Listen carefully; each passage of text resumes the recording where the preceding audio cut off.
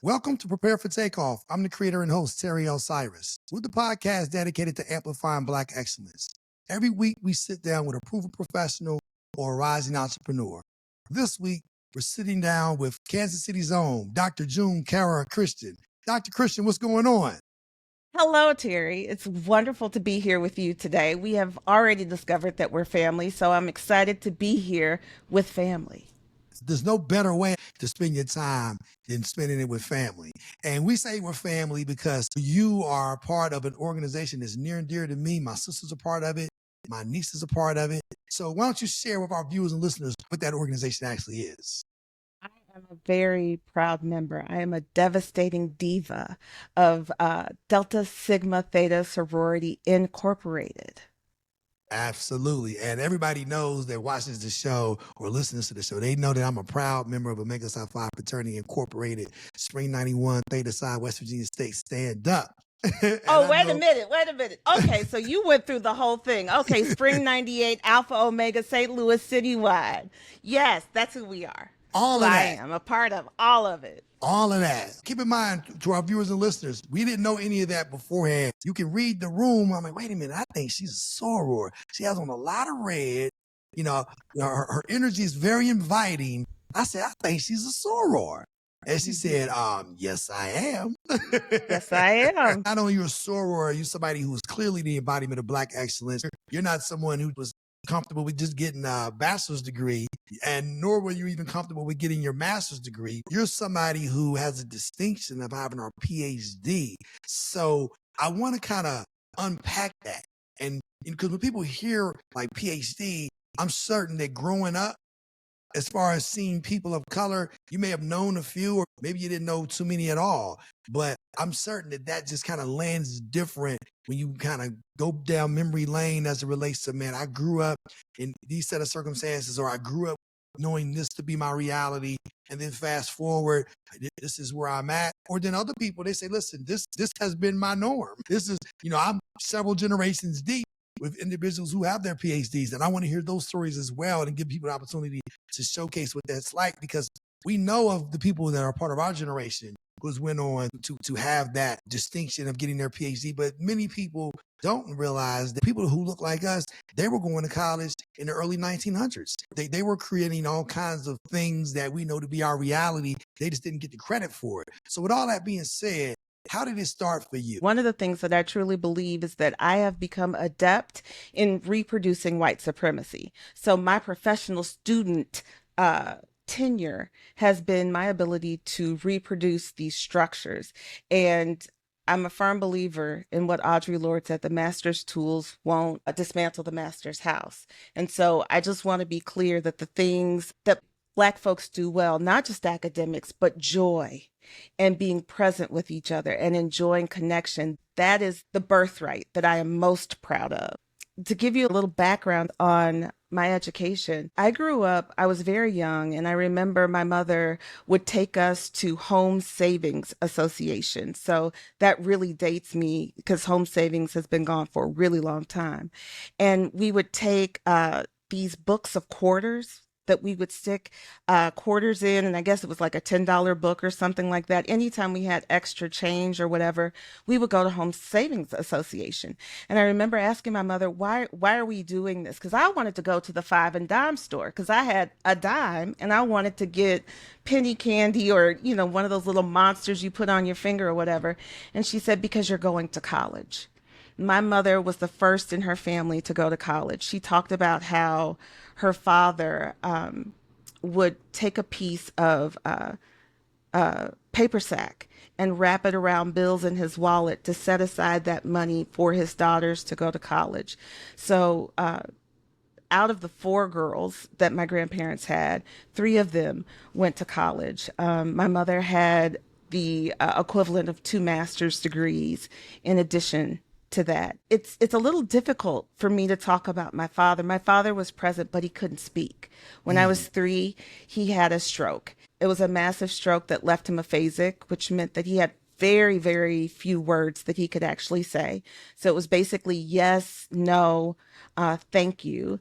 And Mm. anytime you said, I love you, he would struggle to get it out. He never let an opportunity go by to not say, I love you. He would always say, I love you. So um, my mother was the present and talkative parent. My father was present and not talkative.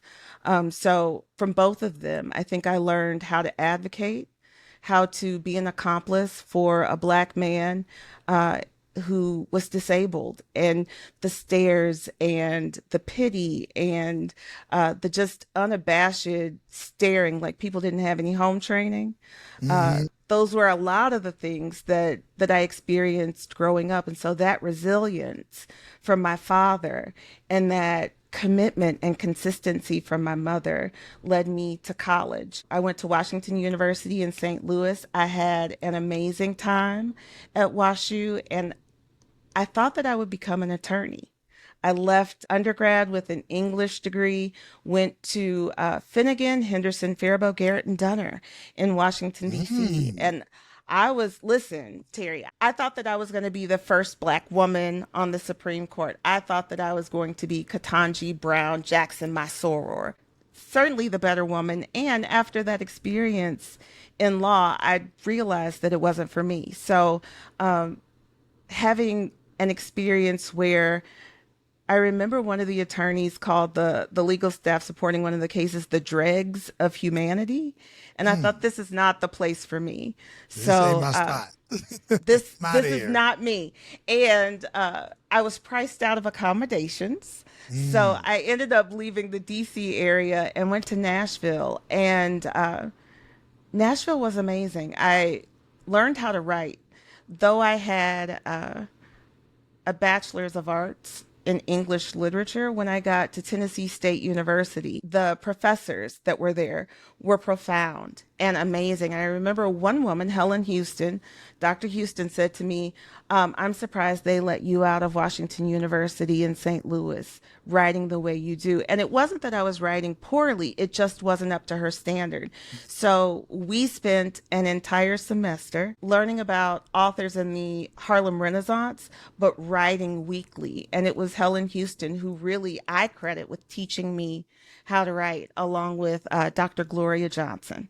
So after my tenure at Tennessee State University, I went back to Washington University in St. Louis.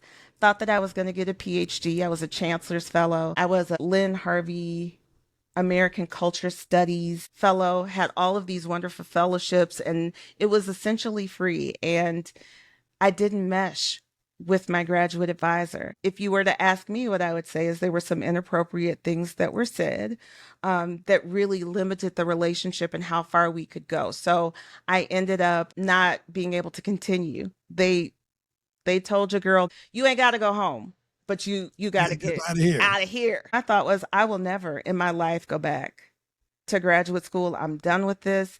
I ended up with a master's, and I earned a graduate certificate in American Culture Studies. And I was good. My people were teachers.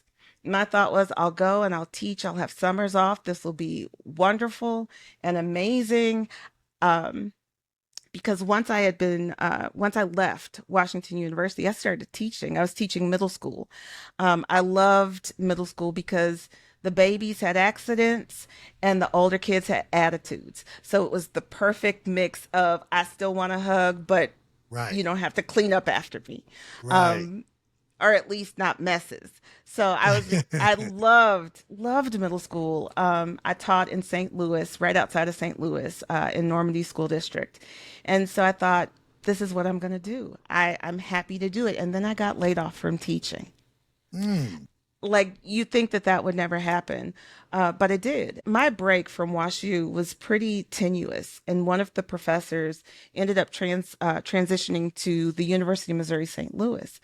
And so we met just on a humbug, having coffee, and I wanted to thank her. I was in massage school, like I was really on a different track in Right. life. And she said, you should apply for the spring semester at UMSL. And I thought, I will not do that. So I went I will home. not. I will not. I went home and I called my mom and I had this wonderful conversation. It went really, really well. Do you know what she said to me? She said that I should start in the spring semester. And I'm laughing. And it's just dead silent. I mean, so silent that there was a crackle on the phone. And I'm thinking that my mother's going to laugh with me. Right. Nah. She says, you're not going to go back? I said, no, I don't think so. She said, I never pegged you for a quitter. Now she challenged you. What you say that for? She know her So baby. She know how to she get a rise out of you. absolutely she did. So what did I do? I ended up applying. I think I got my application in the day it was due. For a doctoral program at UMSL, you have to get an interview. So I was actually interviewed on the Martin Luther King holiday, and classes started that Tuesday in 2009. So I was finishing up massage school. I was a graduate student, and I had a job working for a nonprofit in St. Louis. So I was doing a little bit of everything at the time. Fast forward 2011, my graduate advisor was a phenomenal white man who was intent on helping as many folks get through graduate school and the doctoral program as possible. So he was so supportive and very helpful, except he told me that the deadline was to get my dissertation into the graduate school was 8 weeks, that I had 8 weeks longer than I actually did. So I ended up writing my dissertation in 3 weeks. I was producing a couple of chapters a week. And I was fortunate to have his guidance because that dissertation ended up becoming a published book with Lexington Books in Raylan Rabaka's Critical Africana Studies series. So it was on Dr. W.E.B. Du Bois's Black Flame Trilogy and multi-generational education trauma. So I am a Du Boisian scholar, and I am a critical race theorist in education. So that's my path to the PhD. What is the degree of difficulty from a master's level to a PhD? What do you think holds people back? Is it because of the degree of difficulty? Is it because of the lack of exposure or lack of resources? What do you think that's about? So a few things. I think for folks that are in programs and they don't finish, the dissertation is probably the loneliest thing you'll ever do. It's just you and your mind and some resources. No one's going to think the thoughts for you. No one's going to help you formulate a hypothesis and follow it through to the end where you can draw conclusions and add to the body of knowledge. But I think most people see it. It's very similar to not law school, because law school you're done in 2 to 3 years. With med school, it's 4 years of med school plus residency, so it's more akin or parallel to a medical doctorate, or so to speak. What I would say why most folks don't do it is because I think they think of it as it's a lot of work. Um, and I'm not going to lie, I won't sugarcoat it. The expectations are more rigorous than a bachelor's and a master's. But what I loved about it is that you got to be as specific as you want it to be. This was now your opportunity to wield the pen and to say the things that you really want to say, because now you are not being positioned as a student, you're being positioned as a knowledge maker. So the way that you analyze and the way that you're processing, you're learning how to do that research, and you're doing it on the things that you want to do it on. You are focused on topics that light you up, as opposed to this kind of generalist study that you do with a bachelor's. And the master's is a little bit more general. You're more specific. You have more of a niche, but even still, it's more of a broader curriculum. The PhD really forces you to focus. And I loved that because it allowed me to create a comprehensive knowledge base that I could build knowledge on and contribute to. You got a brother ready to go back to school. You listen, what I say that if you feel called to get a PhD, I would tell anybody to do it. And I know that we are moving away from this idea of education, especially when Black women are the most educated group in this country. It's no Mm-hmm. surprise to me that we're now saying that education isn't that big of a deal. Mm-hmm. But what I will say is that how you understand systems, especially for folks of color or folks that have been pushed to the margins, how you understand your existence shifts and changes, and then you get to contribute to this body of knowledge, your experience that's rooted in a theoretical perspective, that no one can take away from you. So for me to be able to say in my dissertation to caustically address the graduate school and to address how the academy casts Black women out, specifically Black academicians out, and Black women especially, and how we have to make our own way of knowing that is built not only on theory, that's built not only on knowledge, but that's also rooted in our experience. Because one of the things for many of us as Black women who are in the academy, we put our communities on our back. And we walk through these doors so that we can not only bust open the doors for other people, that we can provide an experience knowing that these folks come with us and they deserve a seat at the table too. Thinking about starting your own business? Make it real with Shopify, the all-in-one platform trusted by millions to sell online and in person. Whether it's merch, art, or digital goods, Shopify gives you the tools to build, grow, and succeed. And here's the best part. When you sign up using the affiliate link in our show notes, you're supporting Prepare for Takeoff and starting your business off right. Click the link and start your free trial today. I wanted to give you the opportunity to share, once you got your PhD, where did you take that professionally? One of my greatest accomplishments after I graduated with the PhD, I ended up at Philander Smith Now University in Little Rock, Arkansas. This was the college at the time where my mother and her two sisters went to school. So these 100-year-old buildings that were on campus, I got to walk those same halls and step the same steps that my mom and my aunts did Mm-hmm. 30 years prior. So it's such a gift to have been a visiting professor of social justice at Philander Smith University. And then after that year appointment, I ended up at the Southern Poverty Law Center, their Teaching Tolerance Project, which then transitioned into Learning for Justice. They publish, at the time when I was there, we published a magazine twice a year, two in-print magazines, and then a digital magazine. I ended up traveling across the country, from Boise, Idaho, to Milwaukee, Wisconsin, to Miami, Florida, to Las Vegas, Nevada, all throughout California, talking to teachers about how to teach ethically. We had social justice standards that we helped teachers pull into their classrooms and pull into their curriculum. I ended up writing a number of resources for teachers that talked about the school to prison pipeline. One of the things that I was most proud of was a curriculum that we worked on with Michelle Alexander for the new Jim Crow for high school students.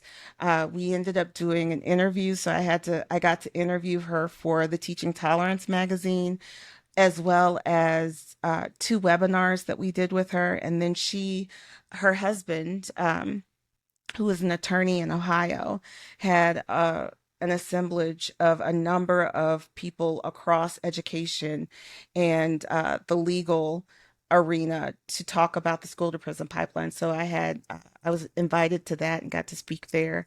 Mm-hmm. And then also one of the things that I'm most proud of in my career while I was there was I was able to lecture as a guest of the U.S. Embassy in Berlin throughout Germany, starting in Munich and then ending in Berlin. So I've had a wide career. Even after that, I ended up at Collegiate. That's the oldest school in the nation. It's a boys' school with lots of notable names who've graduated from there. And then my mom was diagnosed with dementia. And I think that's where life and career collided. Mm-hmm. Um, because my mother had taken such good care of my father, my sister and I had both promised each other and I think ourselves that if we ever needed to take care of our mother, we would. So both of us moved home and we shared the responsibility of caring for our mother for the last 6 years of her life. While I was home, I was a remote worker well before the pandemic. So I worked at Noom, which is a health and wellness app, a weight loss app, and then transitioned to Starbucks. And when my mother transitioned from this world into the next, I started my own business, which is Pineapple Lampshade. Well, first off, I love the name, and Thank you. secondly, well, I should even say first, more so than secondly, shout out to you and your sister for answering that call and returning back home to take care of your mother. That's something that I truly have the utmost respect for, and that's a gift that not only was it a gift to her, it was a gift to you to spend those days, those years, I should say, with your mother. And I know a lot of people in our community and just outside of our community as well. As our parents get older, we want to chalk it up as, oh, it's old age. Were there any things, because I think this is something that many of our viewers may be curious about. Were there any things that you seen prior to the diagnosis that had you say, wait a minute, that's not like mom. Like, hold on, she forgot this, or she said this, she repeated herself. What, if any, were signs that you seen prior to the diagnosis with your mother and her condition? There were a few things. I think there was one scary night. I talked to my mother every day. I was that kid. Mm-hmm. My sister too. We were just a very close family. And one night I couldn't get her, and I called and uh, I finally got her that morning, and she said that she had spent the night in uh, in a parking lot because Mm-hmm. she couldn't tell where she was and she couldn't see at night.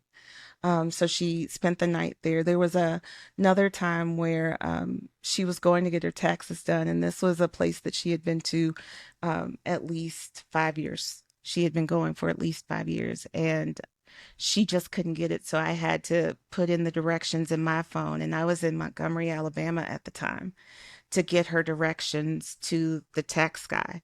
Then there was one birthday, my last birthday before I moved back home.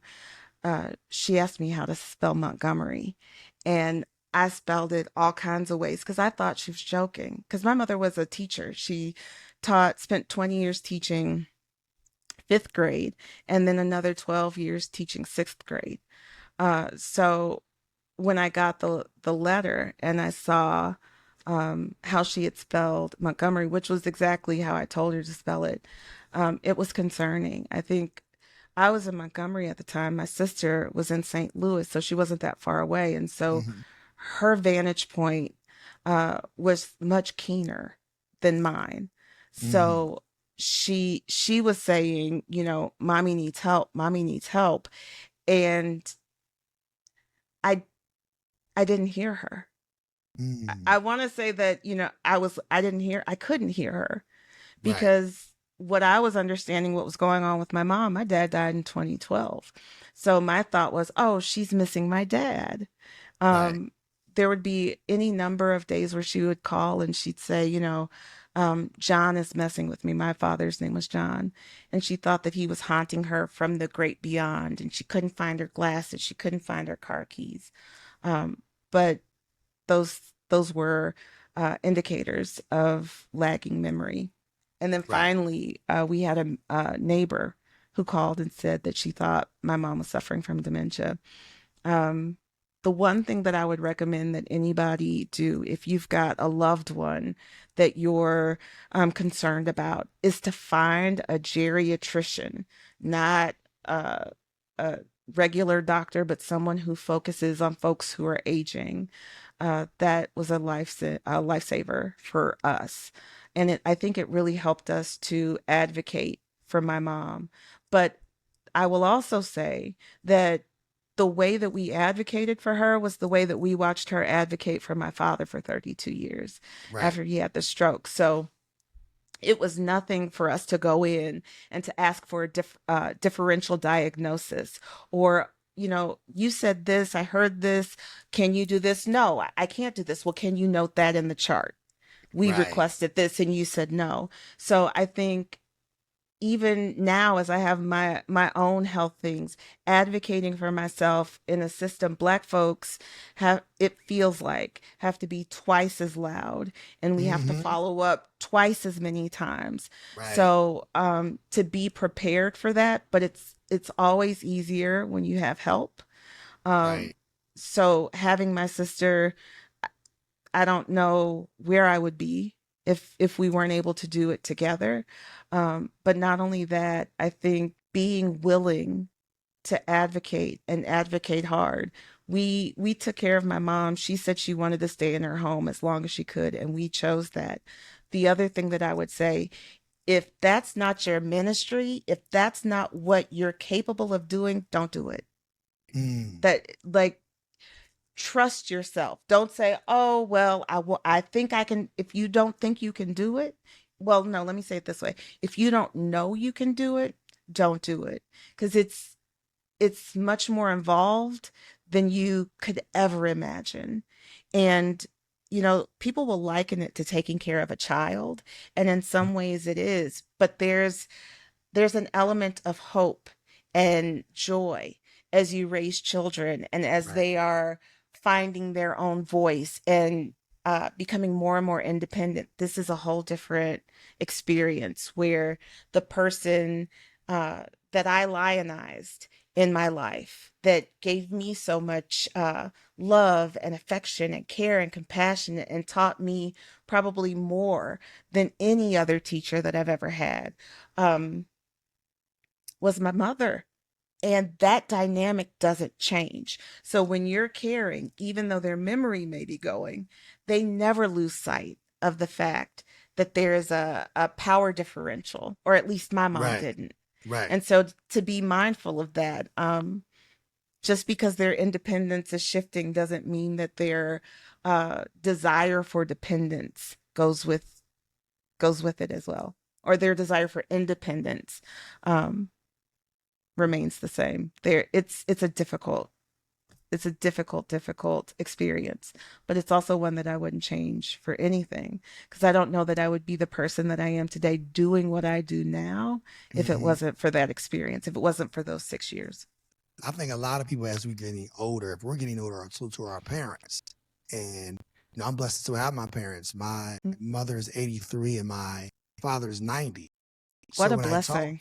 yeah, so when I talk to people about different things that they've experienced, I've always been someone who learned from observation. Even as a child, I have an older brother, older sister. And when I would see them doing something, and if it was something that resulted in something that I didn't want to see for myself, I didn't do that.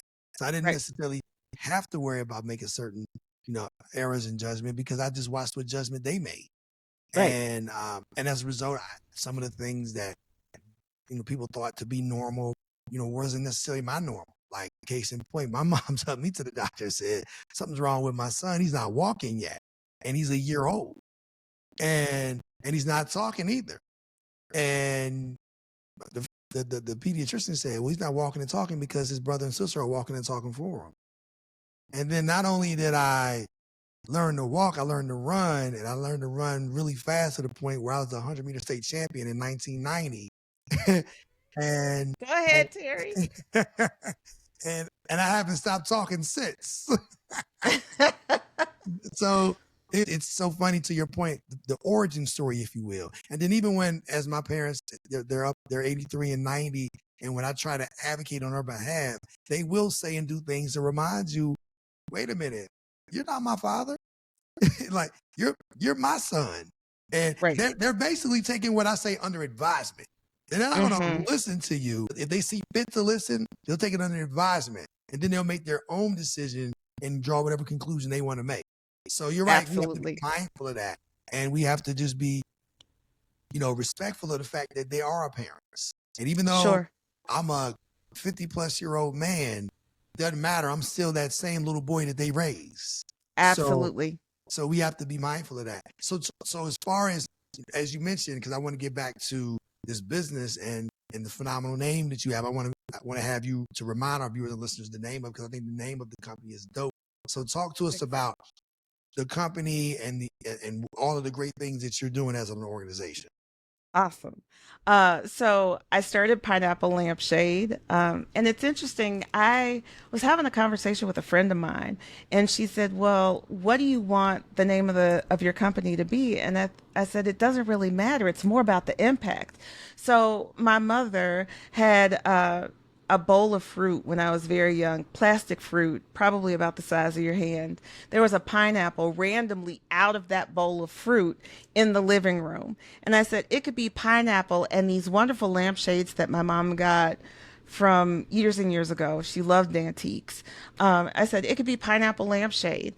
And she said, that's it. And she was actually the one who was filling out my LLC, and that's what it is. So Pineapple Lampshade is a dream come true. I think based upon all of the experiences, the work experiences that I've had, as well as my education, and wanting to create something that will, or wanting to create some things that will help people recognize that though we are in the late stages of capitalism, though participation is required for survival, we can hold hope and create space for us to vision what comes after this. You can look at leadership at the highest levels in the land, and something is askew. We are in the midst of chaos, and I think we're really starting to move toward looking at leadership as performance, as a mask that you put on, as a title that you're rewarded for towing the company line. My company, Pineapple Lampshade, is set up to create liberatory architecture. And what that means is we create space for people to hold both presence and humanity. We help folks rebuild trust, and create safer spaces, because I don't believe that anybody can guarantee psychological safety, but I can create a safer space so that we can scale integrity at the speed of money. And what I mean by that is if your values can't keep up with your money, then you're going too fast. So how can we right size that relationship so that we can remember that every product, every service, everything that we create is intended to support and help humanity. So you can't show your behind to the world, right? You can't go out and mistreat your employees. You can't lead from a place of masked performance. You can't try to hoard all of the resources and expect for people not to associate that with your brand. So I help executive teams rebuild trust and safety so they can scale integrity at the scale of money. Target's a great example where I think they forgot who their consumer was, who their target market was. And so when you forget, the absence of the dollar will help to remind you. And I think, it's interesting when you talk about the loss of voice. I think especially for Black folks, we had systems where we were using our voice. One of the things, actually, when I went to Germany, what I was asked to lecture on, what were the lessons from the civil rights movement? I can tell you quite easily, if you want to know what the legacy of the civil rights movement and what Black folks felt like they needed to work on, look at the Black Panther Party.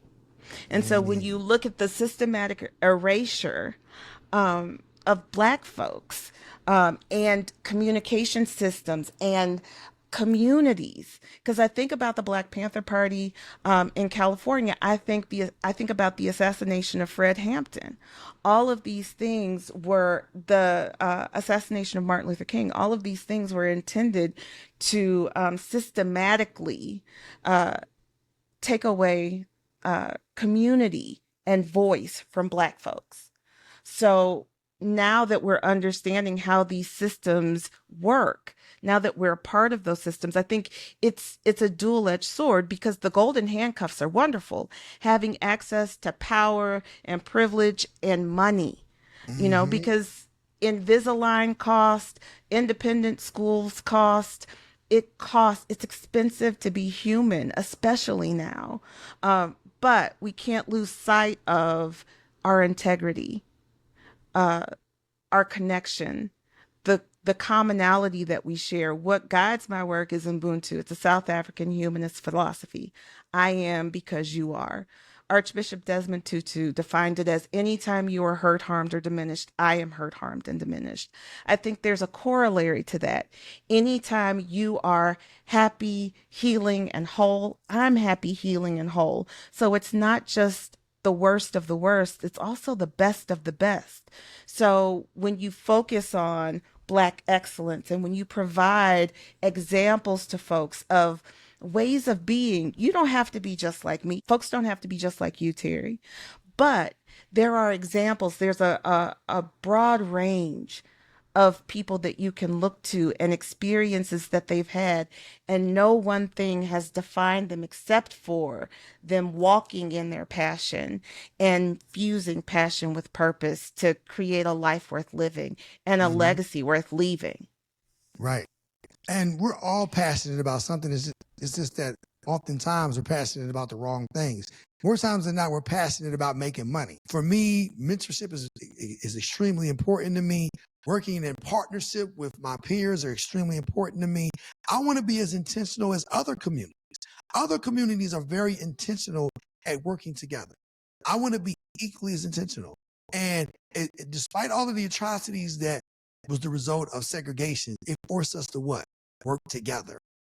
And I think the reality as we know it for the foreseeable future until the balance of power shifts in Washington, D.C., we're going to have to find a way to work together and pool our resources and lift one another up, because no one is going to lift us up. If anything, they're going to knock us down.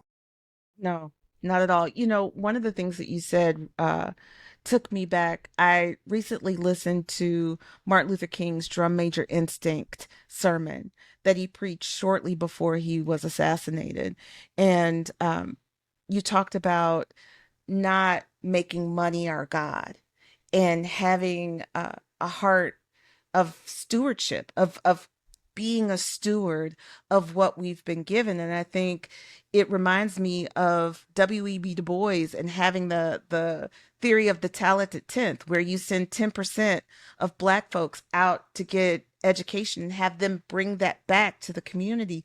The problem with the talented tenth, though, is that Black folks would go to these organizations, they'd get access, and they wouldn't come back because those Right. golden handcuffs are handcuffs, right? Like when you start having access and proximity to power and privilege, it's intoxicating. And so I think when we think about how we can serve other people, when we can live in integrity with our values, because you can look across just about all of humanity now and you can see where there's a vast chasm between what people say they believe in and what they're actually moving toward and what their actions tell us is true about what they believe in. And so getting those two things to line up, it's not just about business, it's about how we continue community, how we can create consistency in our community and we remember the love that kept us rooted as a community. I think that's the difference between many communities of color or communities that have been pushed to the margins and white supremacy. White supremacy is focused on individuals. It's mine, mine, mine, where other communities are focused on what's the collective power. Um, one of the things that I loved about Fred Hampton is that he would start most of his organizing meetings with Black power to Black people, brown power to brown people, red power to red people, yellow power to yellow people, and white power to white people, because it's not power over, it's not a hierarchy, it's shared power. If we can get to that point where not only are we standing shoulder to shoulder with everybody else, but we can have conversations where we challenge each other within our community. That I think is peace on earth. Mm. When we don't have to lord or power or control someone else. Because I'll tell you what, that's white supremacy. I think the only reason why white supremacy continues to have the hold that it does is because its willingness to exact murder and violence to perpetuate itself. Mm-hmm. And have the protection of the system that it resides in. Yeah. And Paul Mooney would tell you it's the complexion, when you have the complexion for the protection. Mm-hmm. Absolutely. That's a great quote from the late, great Paul Mooney. But we, as I like to say, Dr. Christian, you know, people may have white privilege, but in the Black community, we can cultivate relationships. And hopefully those relationships will lead to the opportunities to have privilege that we may not otherwise have, because you can go a lot further with others than you can by yourself. And those golden handcuffs, as you mentioned, it's definitely a thing, even present day. And I really say that it's a cycle.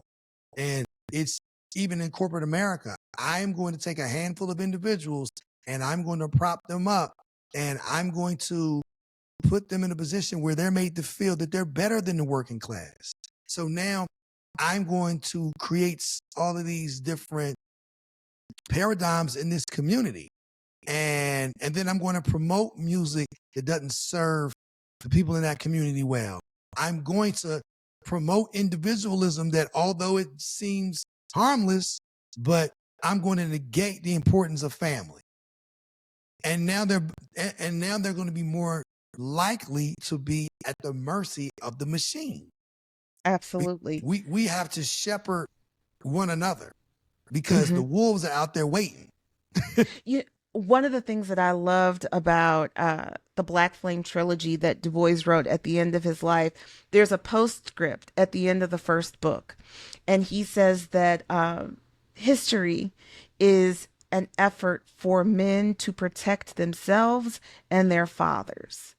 And when I think about how we contextualize history, the only history we're reading is the history that's told by the lion, by the one who survives. The one thing that we can do, instead of embracing individualism, is come together as a community and to connect as a community and to talk about our story.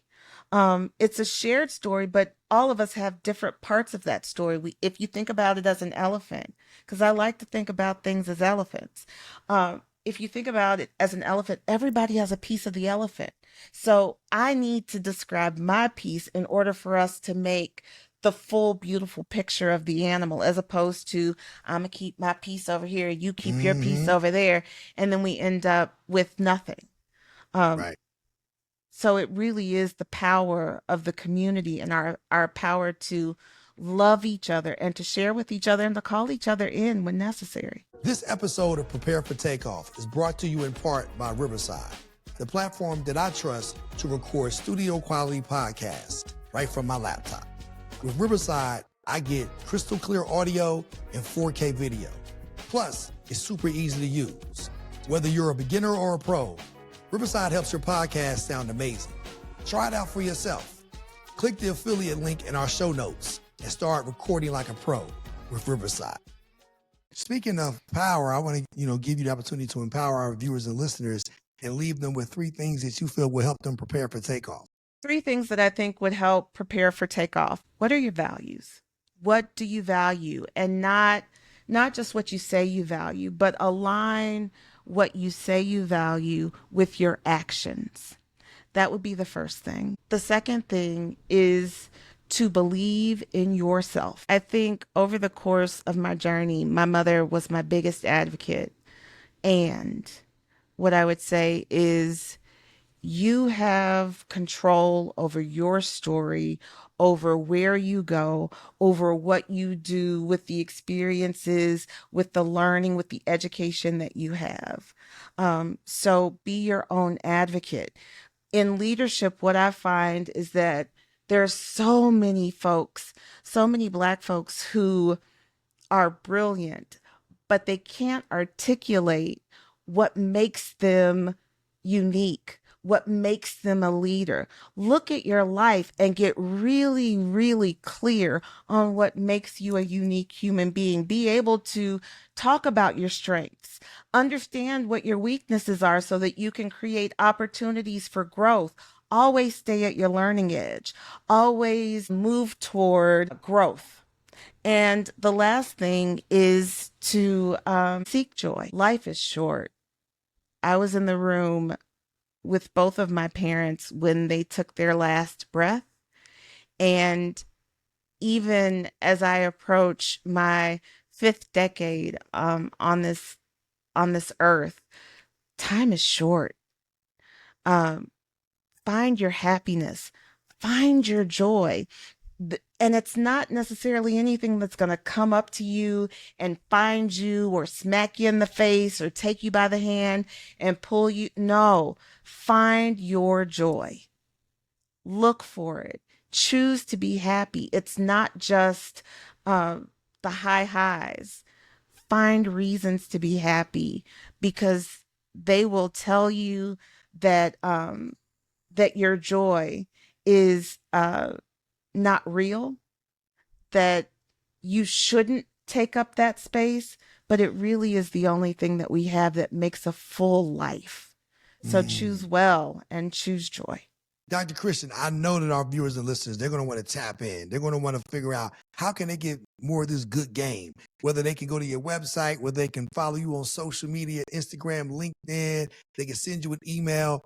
What's the best way for them to plug in with Dr. Christian? Awesome. I appreciate you asking, Terry. So, my website is www.pineapplelampshade.com. If you want to send me an email, feel free to shoot me an email at drjune@pineapplelampshade.com. On Instagram, I'm Dr. June Speaks, and I'm June Christian, PhD on LinkedIn and on Facebook. No TikTok. No TikTok. No No TikTok. TikTok yet. Hey, listen, you got it. You know, what do they say? You have to adapt or become extinct. That I've had to learn to embrace all of the platforms, including TikTok. But you know what it is for us? I think that as we are in a certain trimester in our lives, you know, we tend to think, okay, that's for the kids, but that's the people that we want to reach. We want to pour into those individuals, and if we have to provide them messaging in a way in which they can receive it, then that's what we have to do. We have to make it digestible. And you have a lot of information that, you know, people need to hear. They need to see it. They need to have you come out and speak. I'm sure that this is going to lead to people wanting to have you come out and, you know, you give them even more of your story and how you can help elevate their organizations, or how you can just help come in and empower the people who are, you know, employees at their organization, because your story, I know how captivated I've been over the last hour, and I'm sure that I can speak on behalf of our viewers and listeners, but I can only imagine to have you come in person and hit somebody's stage. I can only imagine that they're gonna have to need a fire hose to cool that stage down after all that heat you gonna bring. you know, I there would be a time where I would be modest, but I am stepping into my gifts, and I am a firm believer, my faith tradition, that my gifts will make room for me, and these are gifts that God gave me. When I went to Ghana in November, and I told the folks, the young people in Ghana, that when you don't use the gifts that God has given you, it's like spitting in God's face, because those are the gifts that God has given you. It is incumbent upon you to use them. You can't hide your gifts under a rock. So I have to tell the truth. I love what I do. I am moved by creating spaces that help people change their lives. Because what I will tell you at the end of the day is that anytime someone says to me, "Oh, you changed my life," I didn't change anything. I may have created circumstances for you to look at yourself and change, but ultimately, anytime anyone chooses to change their life, it is their choice. So to be able to hold that space and to allow people to step into the fullness of who they are, to experience their authenticity as reality, and to take up room, it's one of the greatest gifts that God has ever given me to be able to walk in my purpose, to share my passion, and to watch people blossom and grow. You definitely are walking, in your purpose on purpose, and you're using all of the gifts that God has bestowed on you. And I couldn't agree more. We have to definitely embrace all of the gifts, and God's going to give us more than one gift. So we have to utilize all the gifts, and you are definitely doing that. And I try to be a practitioner of the same. So once again, thanks for spending so much time with us, and much continued success. We're going to be watching. Just know all of us at Outspoken Media Group, we are going to continue to support you in any kind of way we can. We'd love to figure out a way that we can work with Pineapple Lampshade, how we can bring our resources to the greater Kansas City, Missouri area, and just really continue to be the embodiment of Black excellence. So once again, Dr. June, much continued success to you and your whole team. Thank you so much, Terry. Thank you for sharing your platform with me. Thank you for all you do for our community, and giving folks the opportunity to have an exchange with different ideas, with different people, so that we can really wrap our arms around the entirety of Black excellence. So thank you. I truly appreciate that. Not only do I want to thank you, I want to thank our viewers and listeners, whether you're watching on YouTube or Spotify, or you're listening on Apple Podcasts, Audible, Amazon Music, iHeart, or Pandora. As you know, every week we're going to continue to bring you proven professionals or rising entrepreneurs. And all of these conversations, just like this one, will help you prepare for takeoff. Dr. Christian, thanks for joining us.